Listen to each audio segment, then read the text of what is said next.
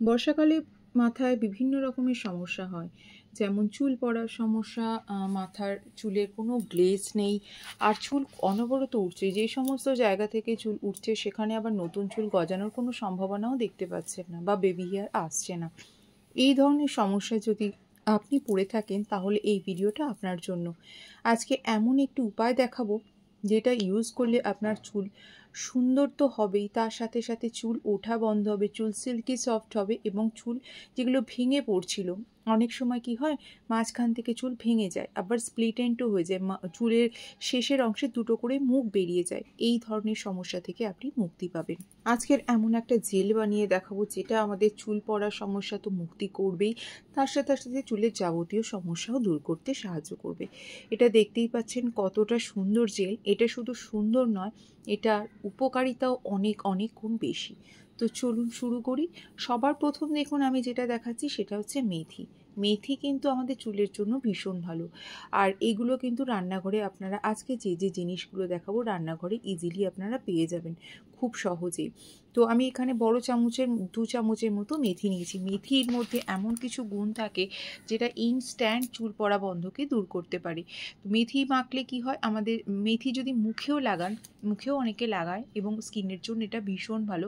দেখবেন মেথি লাগানোর পরে একটা স্কিনের টান ধরছে, অর্থাৎ লোমকূপগুলোকে ছোট করতে সাহায্য করে। যখনই আমাদের লোমকূপ ছোট হয় তখনই কিন্তু চুলের গোড়াটাও শক্ত হয়ে যাবে, সেইভাবেই মেথিটা আমাদের চুলে কাজ করে।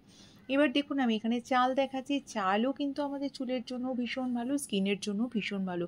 তবে চাল একটু চেষ্টা করবেন যে ওই বাসমতি যে চাল হয় না ওই চাল নেওয়ার। তাতে কি হয়, বাসমতি যে চাল ওই চালগুলো ফুটে গিয়ে ফ্যান যেটা তৈরি হয় সেটা খুব ঘন টাইপের ফ্যান হয়, যেটা বা ভাতের মাড় হয়, যেটা আমাদের চুলকে আরও মানে চুলের যে রেমেডিগুলো করব সেই রেমেডি করতে খুব সাহায্য করবে। তো এখানে আমি 2 চামচের মতো ওই বাসমতি রাইসই নিয়েছি। আপনারা যদি বাসমতি রাইস না পান বা না থাকে তাহলেও কোনো ব্যাপার না, আপনারা যে চাল দিয়ে ভাত খান সেই চালও নিতে পারেন। এবার লাস্ট যে উপকরণটা দেখাচ্ছি সেটা হচ্ছে ফ্ল্যাক্সিড।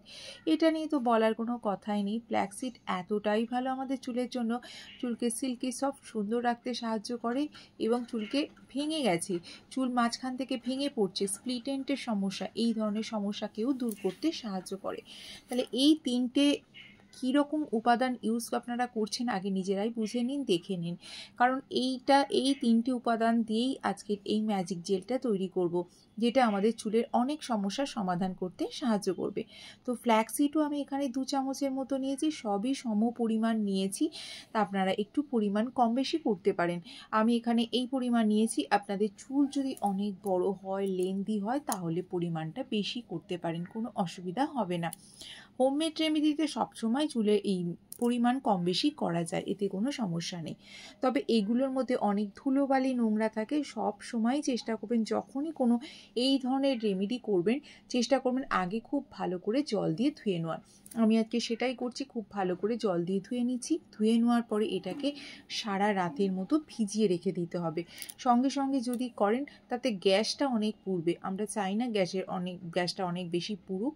সেই জন্য ভিজিয়ে রাখলে কী হবে, জিনিসটা সারা রাত জলটা সোক করে যাবে এবং জিনিসগুলো খুব নরম হয়ে যাবে। তার ফলে পরবর্তী স্টেপে, অর্থাৎ যখন আমরা এটাকে গ্যাসে বসাবো, খুব ইজিলি এটা কুক হয়ে যাবে। আমি আপনাদেরকে দেখাচ্ছি এটা সারা রাত ভিজিয়ে রাখার পরে। দেখুন সারা রাত ভিজিয়ে রাখার পরে সমস্ত উপাদানগুলো জল অনেকটা পরিমাণে টেনে নিয়েছে, আর হাত দিয়ে ভাঙলে একদম সফট হয়ে গেছে, সব কটা উপাদান খুব নরম হয়ে গেছে। তাহলে বুঝতেই পারছেন সব কটা উপাদান জলে সোক করে জিনিসগুলো অনেকটা ফুলেও গেছে। তো এই রকম পর্যাতেই আমাদেরকে একটা বাটি নিতে হবে। এটা আমি অ্যালুমিনিয়ামের বাটি নিয়েছি, কারণ আমি এটা গ্যাসে খুব ভালো করে এটাকে বয়েল করতে হবে। আর এখানে জলের পরিমাণটা একটু বেশি করে নেবেন। এখানে প্রায় আমি 1 বাটির মতো জল নিয়েছি, কিন্তু আমার আর একটু জল বেশি নিলে ভালো হতো, কারণ এটা ফুটতে দিতে হবে। ফুটতে ফুটতে এটা জেলিতে পরিণত হবে, তখন কিন্তু একটু জল বেশি করে দেওয়াই ভালো। তো আমি গ্যাসও বসিয়ে দিয়েছি, আর গ্যাসের মধ্যে প্রথমে এটা হাই ফ্লেমে গ্যাসটাকে রাখতে হবে। তার কিছুক্ষণ পরে যখন অলরেডি ফুটতে শুরু করবে তখন গ্যাসটাকে একটু কমিয়ে দিতে হবে। এর মধ্যে আমি আরও কিছু মানে খুব ভালো করার জন্য আর একটা উপাদানকে মিক্স করছি, সেটা হচ্ছে গোলাপ ফুল। আপনাদের কাছে এখানে যদি কাঁচা গোলাপ ফুল থাকে সেটা ইউজ করবে, সেটা তো আরও ভালো হবে। আমার কাছে গাছের শুকনো গোলাপ ছিল, তো আমি ওই শুকনো গোলাপ দুটোর পরিমাণে দিয়ে দিয়েছি। গোলাপ ফুলের পাপড়ির মধ্যে যে এসেনশিয়াল অয়েলগুলো থাকে না, সেগুলো এটার মধ্যে মিশে যাবে। তাহলে এই জলটাকে আরও বেশি শক্তিশালী বা পাওয়ারফুল করে তুলতে সাহায্য করবে। যখন আমরা এটা মাথায় লাগাবো, আমাদের একবার ইউজেই দেখতে পাবেন চুলের অনেক সমস্যার সমাধান হয়ে গেছে। আপনারা একবার ইউজেই বুঝতে পারবেন চুলটা কতটা সুন্দর হয়ে গেছে, তার সাথে সাথে চুল পড়াও বন্ধ হয়ে গেছে। এবার আমি ফুটতে দিয়েছি, দেখুন এটা অলরেডি ফুটতে শুরু করেছে। তখন আমি গ্যাসের ফ্লেমটাকে একটু কমিয়ে দেবো। গ্যাসটা কমিয়ে দিয়ে কম আঁচে যত ফুটবে তত এটা আস্তে আস্তে কী হবে, জেল পরিণত হবে। কারণ ফ্ল্যাক্সিড যদি জলের মধ্যে বেশি করে ফোটাই তাহলে যেমন জেল হয়, মেথি থেকেও এক ধরনের জেল বেরোয়। মেথিকে ফোটালেও মেথিও এক ধরনের জেল রিলিজ করে। আর চাল তো ভাতের মাড়, যেটাও কিন্তু এক ধরনের স্লিপারি টাইপের। মানে তিনটি উপাদানই যখন ফুটে রেডি হবে তখন তিনটি উপাদানই কিন্তু খুব ভালো একটা জেল রিলিজ করবে। আর এর কালারটাও অনেকটা চেঞ্জ হয়ে যাচ্ছে, যেহেতু মেথি আছে, গোলাপ ফুলের পাপড়ি আছে, আবার ফ্ল্যাক্সিড আছে। আর একটা কথা বলি বন্ধুরা, দেখুন জলের পরিমাণটা আস্তে আস্তে কমে যাচ্ছে। সেই জন্য আমি বলেছিলাম আপনাদেরকে জলটা একটু বেশি করে নেবেন। জলের পরিমাণ কমে গিয়ে এটা জেলে পরিণত হবে। এটা খুব ভালো করে ফুটবে এটা তৈরি। আর চালটা পুরোপুরি বয়েল হয়ে গেছে, আপনাদেরকে আমি দেখাচ্ছিলাম তুলে তুলে। দেখুন চালটা পুরো লম্বা লম্বা হয়ে গেছে, যেহেতু চালটা এটা পুরো বয়েল হয়ে গেছে। আর এটা ফুটতে ফুটতে পুরো জেলে পরিণত হয়েছে। এটা তৈরি করতে মোটামুটি 10 থেকে 15 মিনিটের মতো টাইম লেগেছে, অবশ্যই কম আছে। তো এবার আমি দেখুন এটা খুব গরম আছে, আর এই গরম গরম অবস্থাতেই ছেঁকে নিতে হবে। এটাকে যদি ঠান্ডা করে নেওয়া যায় তাহলে কিন্তু জেলগুলো এর মধ্যে লেগে যাবে, তখন কিন্তু আর ছাঁকা যাবে না। সেই জন্য এই গরম গরম অবস্থাতেই আমি ছেঁকে নিচ্ছি। জেলটা কতটা ভালো হয়েছে দেখতেই পাচ্ছেন, যখন এটা পড়ছে পুরো জেলের মতনই পড়ছে।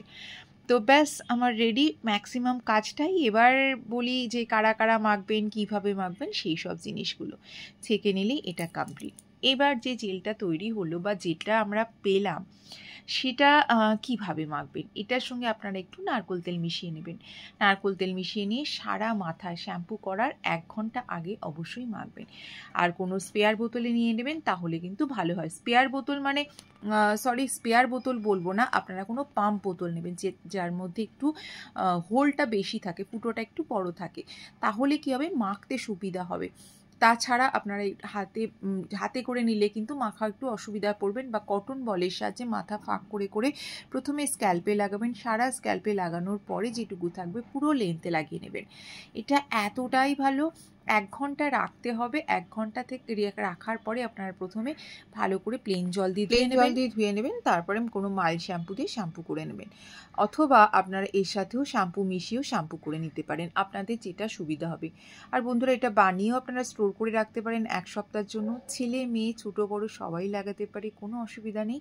তাহলে বন্ধুরা দেখে নিলেন তো কত সহজেই চুলের অনেক সমস্যার সমাধানে এই ম্যাজিক জেল তৈরি করে নিতে পারবেন, আর এটা কোনো ক্ষতিও করবে না। তাহলে এখানেই শেষ করছি। কেমন হয়েছে অবশ্যই জানাবেন। সবাই খুব ভালো থাকুন, সুস্থ থাকুন, দেখা